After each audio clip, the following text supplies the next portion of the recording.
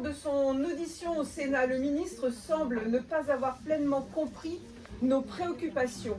Bien que le sujet puisse sembler technique, ses conséquences sont indéniables. Les enseignants soumis à ce nouveau mode de calcul doivent travailler davantage pour maintenir leur rémunération, voire subissent une baisse. Les arguments du ministre, prétendant que ces mesures ne visent pas à réaliser des économies et pensant pouvoir nous convaincre que 0,77 équivaut à 1 heure, ne dissipent pas le mécontentement de nos collègues.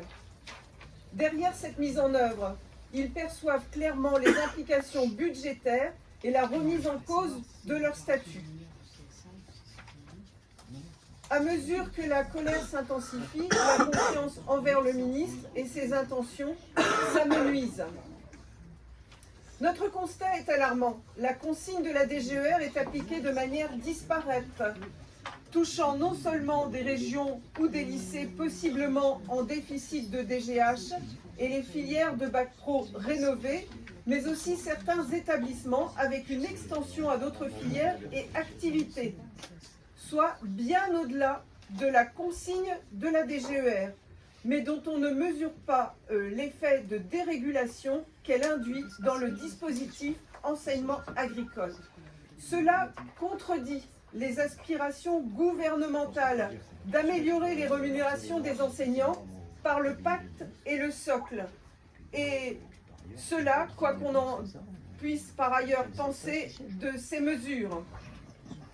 Il est incompréhensible que dans le ministère de l'Agriculture, ces efforts soient contrecarrés par des ajustements qui réduisent les revenus de ceux qui se dévouent pour l'éducation de nos jeunes. C'est un véritable tour de passe-passe pour reprendre d'une main ce qui a été donné de l'autre. Quelle brillante stratégie nous offre la DGER et notre ministère.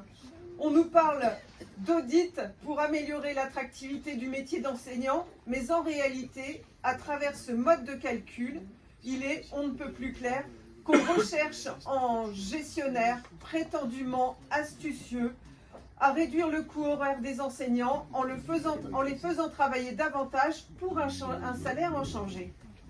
Comme si la DGER avait décidé d'organiser un séminaire accéléré intitulé « Comment décourager les candidats en 10 leçons ».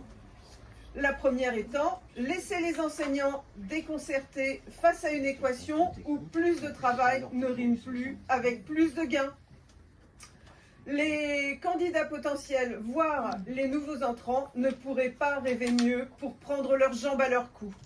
Dans un contexte où l'enseignement agricole est au cœur des politiques agricoles, confronté aux défis sociétaux, environnementaux et climatiques, le mépris affiché envers les enseignants et en fait nos communautés éducatives dans leur ensemble est d'autant plus incompréhensible. En conséquence, nous sollicitons sans délai une rencontre avec le ministre pour lui exposer nos arguments, partager nos ressentis et présenter des exemples concrets parmi les 1100 collègues déjà impactés cette année, dont 200 devraient voir leurs revenus compensés. Nous le sollicitons pour que soit abandonnée cette nouvelle règle de gestion. Ces situations sont d'autant plus inquiétantes du fait que seulement 4 filières rénovées ont été mises en œuvre cette année. La pédagogie, c'est notre métier et nous continuerons à défendre les conditions qui nous permettent de l'exercer pleinement et même face à ces provocations déconcertantes.